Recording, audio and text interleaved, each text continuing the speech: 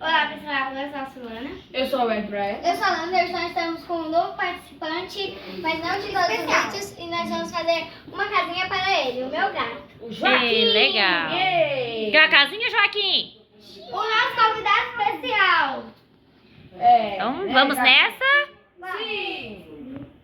Então, pessoal, a gente vai começar pelo telhado, né? Isso. É, porque o telhado é Então, pra bora. descansar. Qual vai ser o Pedindo papelão? ajuda pra produção, né, mãe? Então, pessoal, a gente já tá levantando o telhado, né? Isso. Aqui, gente, nós já estamos fazendo... A gente já passou uma vida aqui, gente, ficou com um pouquinho...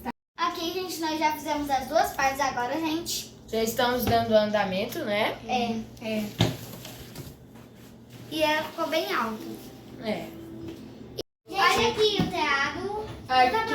Os tem aqui, gente, Gente, pra tem tampar isso aqui. Pra o gato não passar frio à noite, porque esse dia tá muito frio. Aqui, Solana, agora você vai abrir aqui o trem aqui, né? O buraco onde que ele vai entrar e sair. E estamos dando vida à casa, né? tira Moldando fixo. essa casa. Fazendo a caixa virar uma casa. Gente, já tirei o fio aqui na tampada, ó. Então, Gente, Então, gente, aqui, ó, gente, aqui o telhado já tá quase pronto, né? aquela, Aqui gente. tem aqui o nome dele, né? Joaquim. Não, aí não é não, credo. É aqui, ó. Ah, verdade.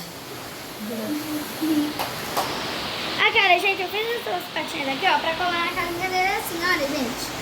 Colar assim, ó. Eu fiz, né? Eu fiz também duas. Aqui, ó. Então, Aqui, gente, esse foi o resultado, né? E ele aparece, gente. Entra aqui, né? Olha, gente, como ficou. gostou, Joaquim? Gostou? Aqui, gente, tá escrito o nome dele, Joaquim. Ai, meu Deus, menininho. Mas aqui, gente, aí fizemos um buraquinho aqui, ó, pra ele não morrer. Pra ele respirar, né? Pra ajudar pra respirar. Entra. Você não quer, não? Quer, não? Então, inscreve no canal, deixa o like.